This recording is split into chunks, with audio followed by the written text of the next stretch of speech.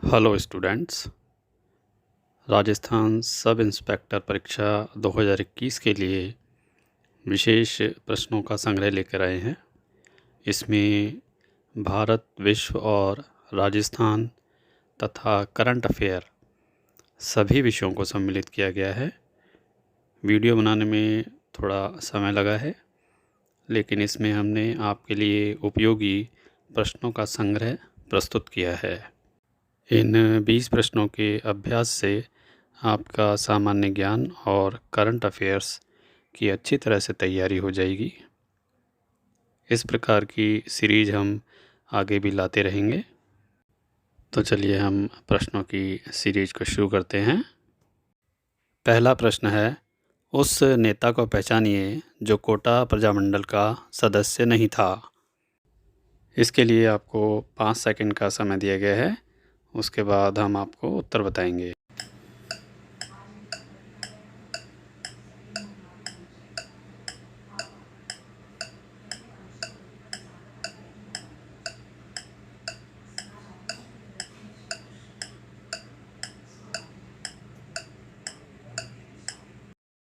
इसका उत्तर 4 है। लक्ष्मण दास स्वामी कोटा प्रजामंडल के सदस्य नहीं थे। इनका संबंध बीकानेर प्रजामंडल से है। शेष सभी सदस्यों का संबंध कोटा प्रजामंडल से था। कोटा प्रजामंडल की स्थापना 1939 में पंडित नैनूराम शर्मा के द्वारा की गई थी। इन्होंने अभिन्न हरि के साथ मिलकर के कोटा प्रजामंडल स्थापित किया था। पंडित नैनूराम शर्मा ने ही 1934 में सबसे पहले हाड़ौती सेवा संघ की स्थापना की थी। कोटा प्रजामंडल का प्रथम अधिवेशन 1939 में मांगरोल 12 में हुआ था। इसकी अध्यक्षता पंडित नैनूराम शर्मा ने की थी। दूसरा प्रश्न है, मुगल काल में नल दमयंती का फारसी भाषा में अनुवाद किसने किया? इसके लिए 5 सेकंड दिए जा रहे हैं। उसके बाद हम आपको उत्तर बताएंगे।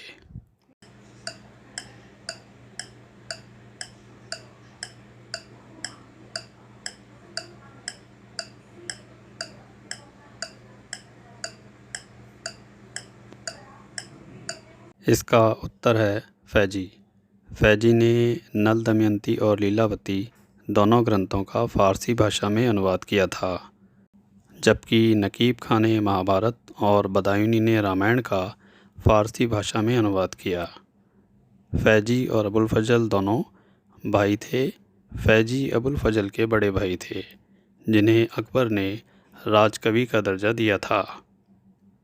राजकवि को मलिक और शौरा के नाम से जाना जाता था। फैजी की समाधि या मकबरा सिकंदरा आगरा में है, जबकि अबुल फजल की समाधि आंतरी ग्वालियर मध्य प्रदेश में है। अबुल फजल की प्रसिद्धि अकबर नामक ग्रंथ से है। अबुल फजल और फैजी दोनों ही अकबर के 9 रत्नों में सम्मिलित थे। तीसरा प्रश्न है, कंपनी अधिकारी जिसकी 1857 की क्रांति के दौरान आउवा में हत्या कर दी गई थी। 5 सेकंड में आपको उत्तर सोचना है। उसके बाद इसका सही उत्तर बताएंगे।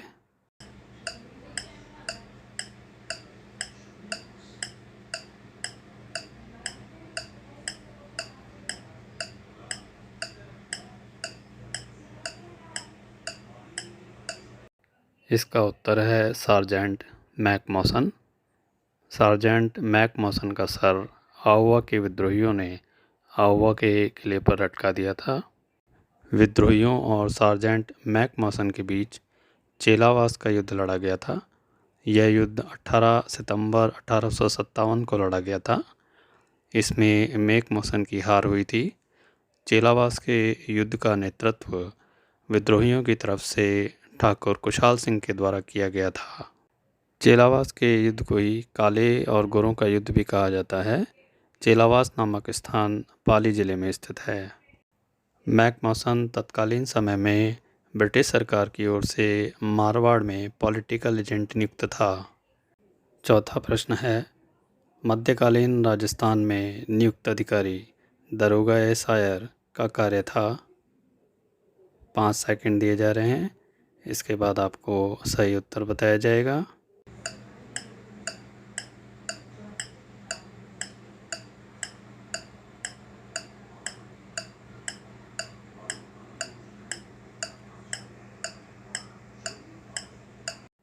इसका उत्तर है दान वसूली करना। मध्यकाल में संपूर्ण भारत में लगभग मुग़ल प्रशासन था, इसीलिए मुग़ल प्रशासन का प्रभाव सभी राज्यों पर पड़ा है। राजस्थान में भी मुग़ल प्रशासन का प्रभाव पड़ा है। यहाँ अनेक रियासतों जैसे जयपुर, जोधपुर, जैसलमेर आदि ने मुग़ल कालीन प्रशासनिक व्यवस्था को अपनाया है। इसी प्रशासनिक व्यवस्था में एक अधिकारी वित्तीय कार्यों से संबंधित था, जिसे दरोगा एसआईआर कहा जाता था। इसका कार्य दान में मिली राशि का हिसाब किताब करना था। 5वां प्रश्न है, नृत्य शैली जो भील जनजाति से संबंधित नहीं है।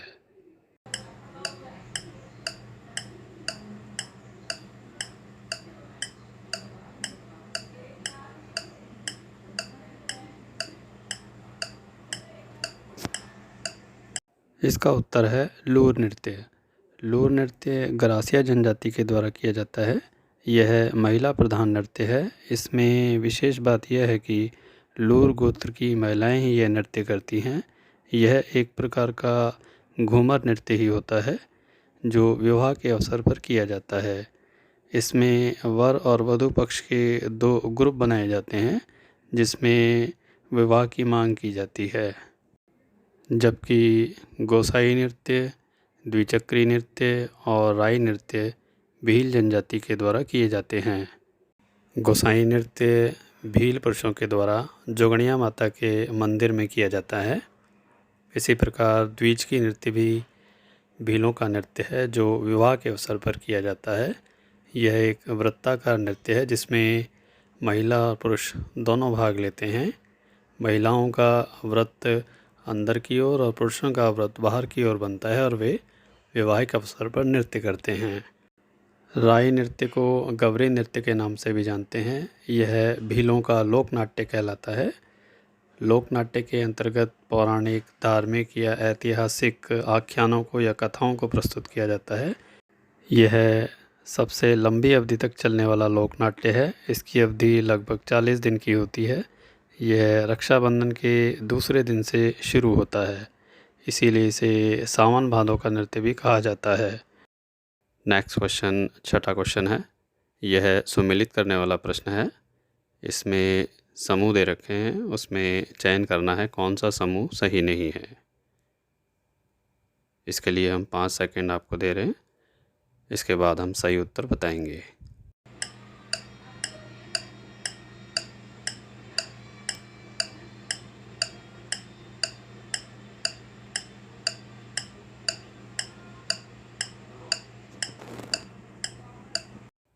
प्रश्न में दूसरा वाला समूह गलत है। ऊनी चकमा बाड़मेर में नहीं बल्कि टोंक में मनाए जाते हैं। ऊनी चकमा भेड़ की ऊन से बनाया जाने वाला एक वस्त्र है जिसका उपयोग सर्दियों में अधिक किया जाता है।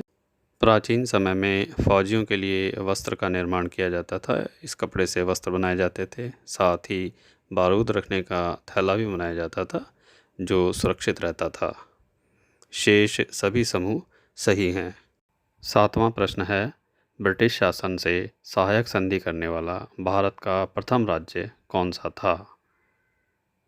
उत्तर सोचने के लिए 5 सेकंड दिए जा रहे हैं।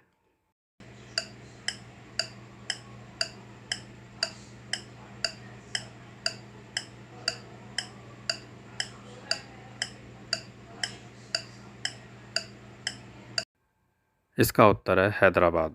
हैदराबाद भारत की पहली रियासत या राज्य था जिसने सहायक संधि की थी। अंग्रेज़ों ने अपनी साम्राज्यवादी नीति का विस्तार करने के लिए सहायक नीति का निर्माण किया था। यह नीति तत्कालीन वायसराय लॉर्ड वेलेजली के द्वारा बनाई गई थी। लॉर्ड वेलेजली 1798 से 1805 तक भारत के वायसराय रहे थे।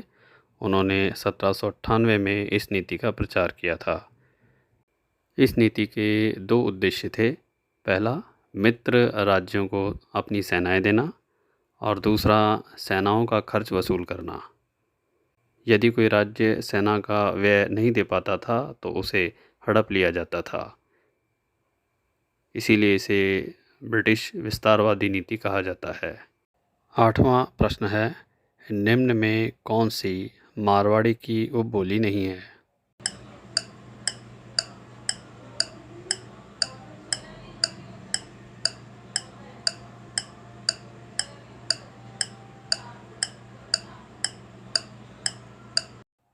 इसका उत्तर है काठेड़ी।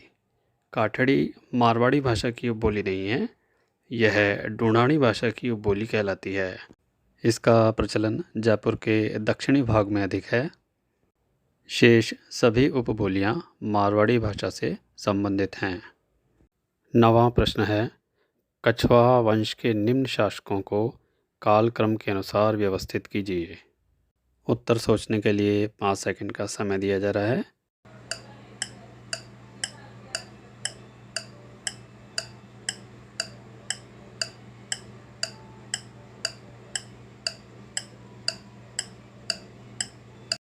इसका उत्तर 4 है, अर्थात 3 2 4 1 इसका उत्तर आएगा।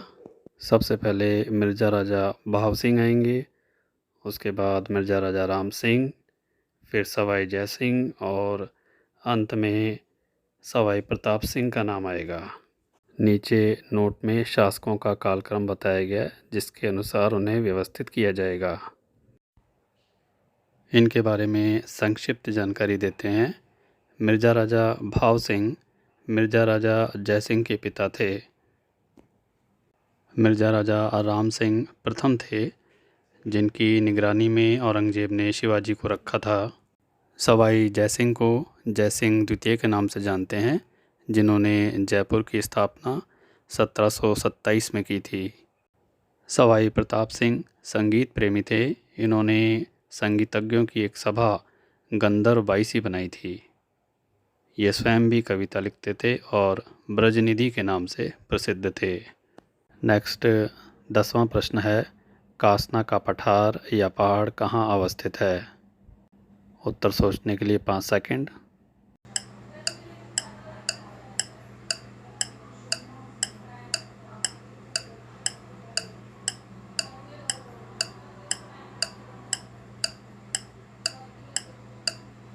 इसका उत्तर है अलवर। कासना का पठार अलवर ज़िले में स्थित है। कासना के पठार को कांकनवाड़ी का पठार भी कहा जाता है। यह पठार सरिस्का अभयारण्य क्षेत्र में आता है। यहाँ कांकनवाड़ी किला बना हुआ है। ऐतिहासिक दृष्टि से इसका महत्व है। औरंगज़ेब ने अपने भाई दारा शिकोह को यहाँ पर कुछ समय के लिए कैद किया था। कांकनवाड़ी किले का निर्माण मिर्ज़ा राजा जय सिंह के द्वारा कराया गया था।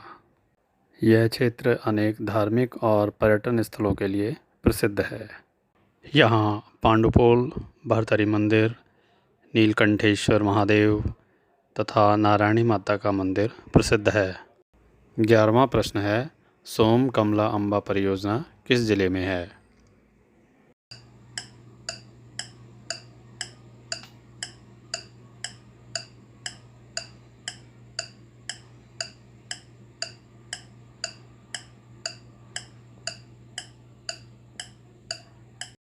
इसका उत्तर है डूंगरपुर। डूंगरपुर की आसपुर तहसील में यह सिंचाई परियोजना है। इसमें सोम, कमला और अम्बा नदियों के पानी का उपयोग किया गया है। यह परियोजना 1999 में शुरू की गई थी। यहाँ पर एक प्रसिद्ध मंदिर है, जिसे कमलेश्वर महादेव के मंदिर के नाम से जाना जाता है। नेक्स्ट 12वां प्रश्न है, कुमाऊँ हिमालय किसके मध्य स्थित है? 5 सेकंड का समय दिया जा रहा है। यह समय इसलिए दिया जाता है ताकि आप अपनी तैयारी को परख सकें।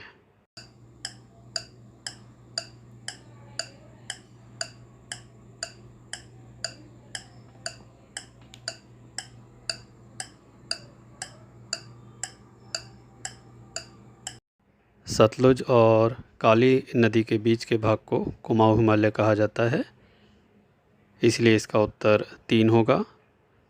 हिमालय का विभाजन नदियों के आधार पर भी किया गया है। नदियों के आधार पर इसे पंजाब हिमालय, कुमाऊँ हिमालय, नेपाल हिमालय और असम हिमालय के रूप में विभाजित किया गया है। अगर इसकी स्थिति की बात करें तो कुमाऊँ हिमालय पंजाब और नेपाल हिमालय के बीच स्थित है। नदियों की बात की जाए तो यह सतलज और काली नदी के बीच स्थित है। यदि इसकी लंबाई की बात करें तो कुमाऊँ हिमालय पश्चिम से पूर्व की ओर लगभग 320 किलोमीटर लंबा है। कुमाऊँ हिमालय क्षेत्र में प्रसिद्ध धार्मिक स्थल केदारनाथ और बद्रीनाथ अवस्थित हैं। साथ ही भारत की दूसरी सबसे ऊंची चोटी नंदा देवी स्थित है, जिसकी ऊंचाई 7,816 मीटर है। 13वां प्रश्न है, मंदिर जो परमार वंश द्वारा निर्मित है उसका नाम बताना है। 5 सेकंड उत्तर सोचने के लिए दिए जा रहे हैं।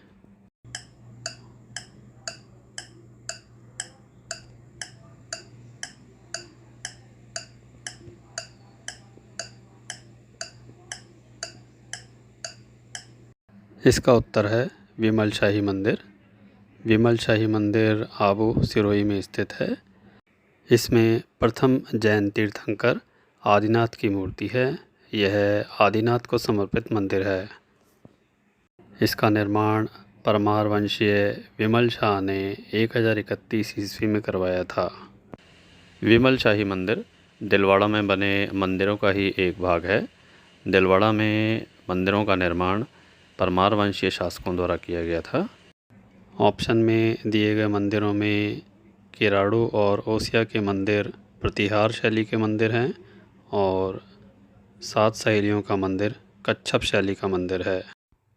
नेक्स्ट 14th क्वेश्चन है। यह सुमेलित करने वाला प्रश्न है। नीचे ग्रंथों के नाम और लेखकों के नाम दिए गए हैं। इसमें उस समूह का चयन करना है जो गलत है।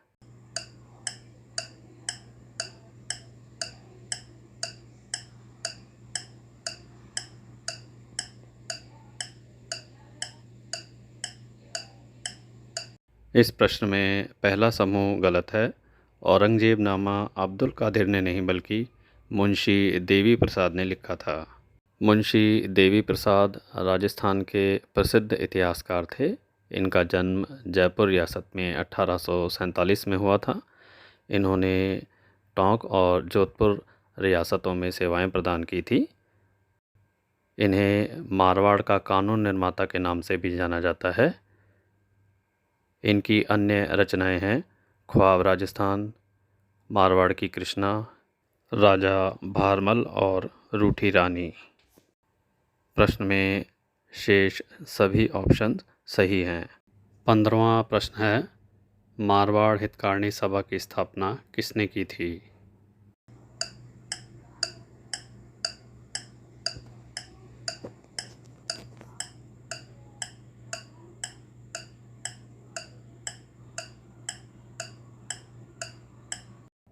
इसकी स्थापना चांदमल सुराणा ने 1918 में जोधपुर में की थी। आनंदमल सुराणा, प्रताप चंद सोनी तथा शिवकरण जोशी भी इस सभा के सदस्य थे। इस सभा ने 1924 में पशुओं के हित में भी आंदोलन चलाया था। 16वां प्रश्न है, भारत में काली हल्दी का उत्पादक राज्य कौन सा है?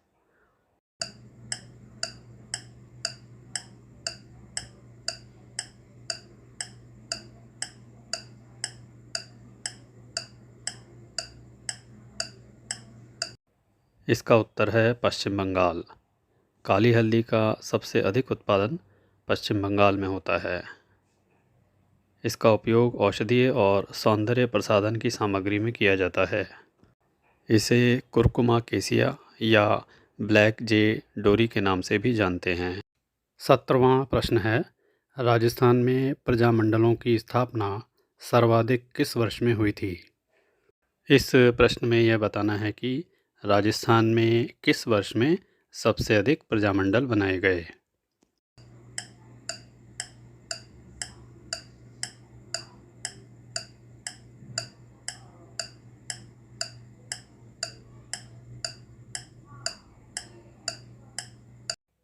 इसका उत्तर है 1938।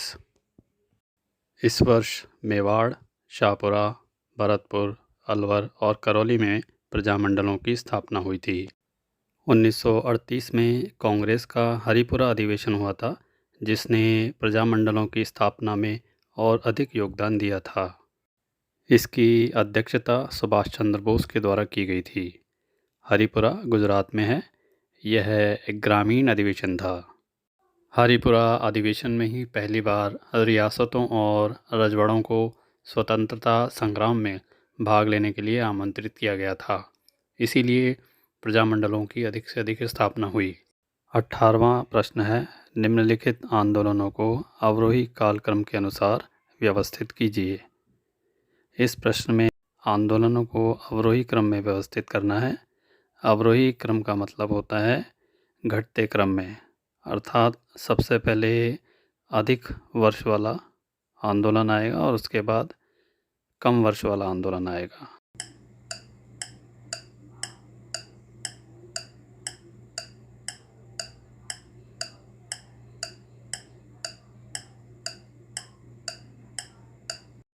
इसका उत्तर 2 है। राष्ट्रीय आंदोलन की घटनाओं को 1, 3, 2, 4 के क्रम में रखा जाएगा।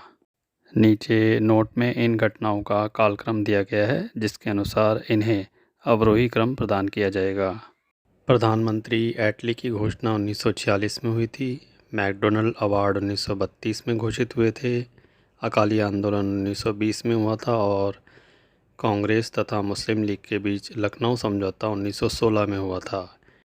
राष्ट्रीय आंदोलन की घटनाओं को ध्यानपूर्वक पढ़कर जाना है, क्योंकि इनसे संबंधित प्रश्नों को अक्सर पूछ लिया जाता है। 19वां प्रश्न है, जूरा पर्वत किन देशों के बीच सीमा बनाता है?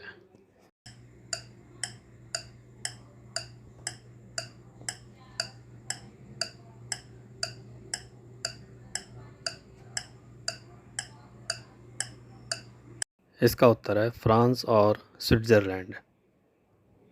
जूरा पर्वत श्रृंखला फ्रांस और स्विट्ज़रलैंड के बीच फैली हुई है। यह लगभग 360 किलोमीटर लंबा है। जूरा पर्वत के नाम के आधार पर ही जुरासिक काल का नाम पड़ा है। इसकी सबसे ऊंची पर्वत चोटी क्रेत द नियड्रा है, जो 1720 मीटर ऊंची है। सीरीज का 20वां प्रश्न है, जैव विविधता हॉट स्पॉट न्यू कैलेडोनिया अवस्थित है?